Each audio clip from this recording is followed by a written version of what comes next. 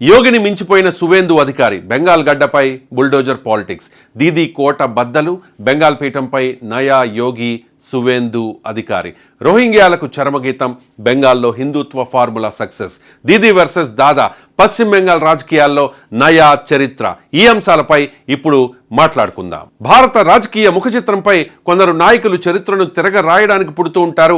ఉత్తరప్రదేశ్లో మాఫియా సామ్రాజ్యాన్ని బుల్డోజర్లతో కూల్చేసి నయా శాంతి భద్రతలకు కేర్ ఆఫ్ అడ్రస్ గా మారిన యోగి ఆదిత్యనాథ్ ఫార్ములా దేశ రాజకీయాలను ఎలా షేక్ చేసిందో చూసాం. కానీ ఇప్పుడు అంతకంటే అత్యంత క్లిష్టమైన వ్యూహాత్మకమైన బెంగాల్ గడ్డపై సరికొత్త కాషాయ విప్లవం సృష్టిస్తోంది. మమతా బెనర్జీ అనే అజేయ శక్తిని ఎదుర్కొని బెంగాల్ పీఠాన్ని కైవసం చేసుకున్న సువేందు అధికారి ప్రస్థానం ఇప్పుడు దేశవ్యాప్తంగా హాట్ టాపిక్ గా మారింది. అసలు యోగిని మించిపోతోన్న సువేందు వ్యూహం ఏంటి? బెంగాల్ హిందుత్వ ఫార్ములా వెనుక ఉన్న ఆ సంచలన నిజాలేంటో ఇప్పుడు చూద్దాం. బెంగాల్ గడ్డపై కాషాయ శంఖారావం పశ్చిమ బెంగాల్ రాజకీయాల్లో 2026 మే 9 ఒక నూతన అధ్యాయానికి తెరలేచింది.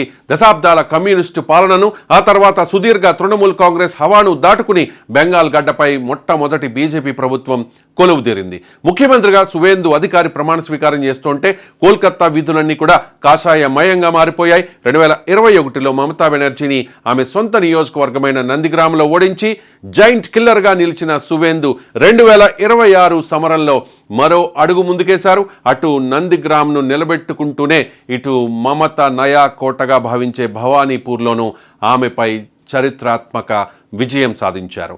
సువేందు అధికారి విజయ రహస్యాన్ని అర్థం చేసుకోవాలంటే ముందుగా ఉత్తరప్రదేశ్లో యోగి ఆదిత్యనాథ్ సృష్టించిన రౌడీయిజం ముక్త్ ఫార్ములాను విశ్లేషించాలి.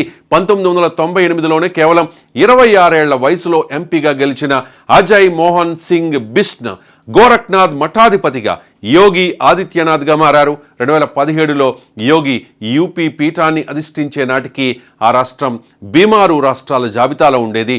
గూండారాజ్, ల్యాండ్ గ్రాబింగ్ అంటే భూకబ్జాలు, పొలిటికల్ మాఫియాతో ప్రజలు భయంగా బతికేవారు. కానీ యోగి రాకతో సీన్ పూర్తిగా మారిపోయింది. ముఖ్యమంత్రి అయిన తొలి రోజే ప్రభుత్వ విలాసాలకు స్వస్తి పలికి నేరగాళ్ల గుండెల్లో రైళ్లు పరిగెత్తించడం ప్రారంభించారు యోగి ఆదిత్యనాథ్. గర్జించిన బుల్డోజర్లు, మారిన సరిహద్దులు, యోగి పాలనలో చట్టం తన పని తాను చేయడం కాదు వేగంగా దూసుకుపోయింది.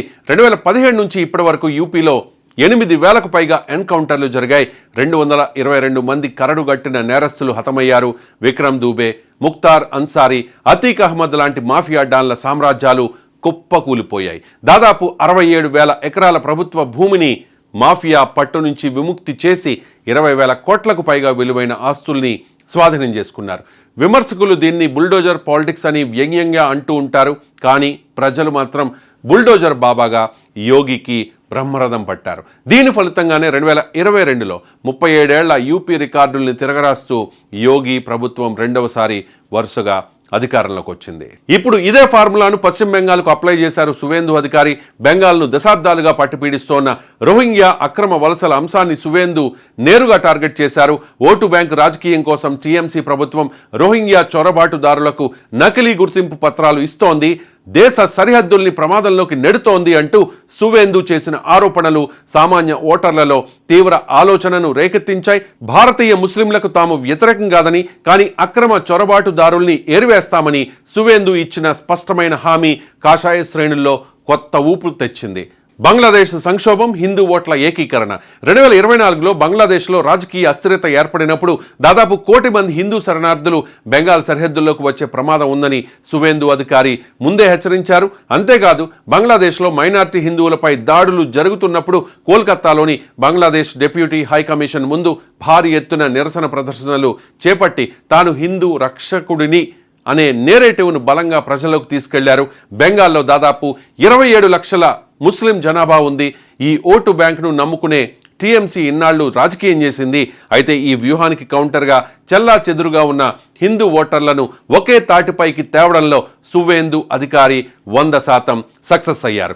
యోగి ఆదిత్యనాథ్, సువేందు అధికారి ఇద్దరి శైలిలోనూ అగ్రెసివ్ టోన్ ఉంటుంది, హిందుత్వ లైన్ ఉంటుంది, అక్రమ వలసలపై రాజీ లేని పోరాటం సమానంగా కనిపిస్తాయి. అయితే యోగి పుట్టుకతోనే మఠాధిపతి కావడం వల్ల ఆయనకు ఆర్ఎస్ఎస్ అలాగే హిందుత్వ నేపథ్యం సహజంగానే అబ్బింది. కానీ సువేందు అధికారి సెక్యులర్ పార్టీ నుంచి వచ్చి బెంగాల్ లాంటి సంక్లిష్టమైన రాష్ట్రంలో 27% ముస్లిం జనాభా ఉన్న సమీకరణాలను దాటుకుని హిందూ ఓట్లను ఏకీకృతం చేయడం యోగి కంటే చాలా కష్టమైన టాస్క్ అని చెప్పాలి. హక్కుల సంఘాలు, విమర్శకులు సువేందు ప్రసంగాలపై ఎన్ని ఆరోపణలు చేసినా కూడా బెంగాల్ ప్రజలు మాత్రం ఆయన వైపే నిలిచారు. గూండాయిజం నుంచి విముక్తి, చొరబాటుదారులకు చెక్ అనే నినాదాలతో యూపీకి యోగి ఎలాగో ఇప్పుడు బెంగాల్కు సువేందు అధికారి అలా మారిపోయారు. బెంగాల్ రాజకీయాల్లో నయా కాషాయ యుగం స్టార్ట్ అయింది.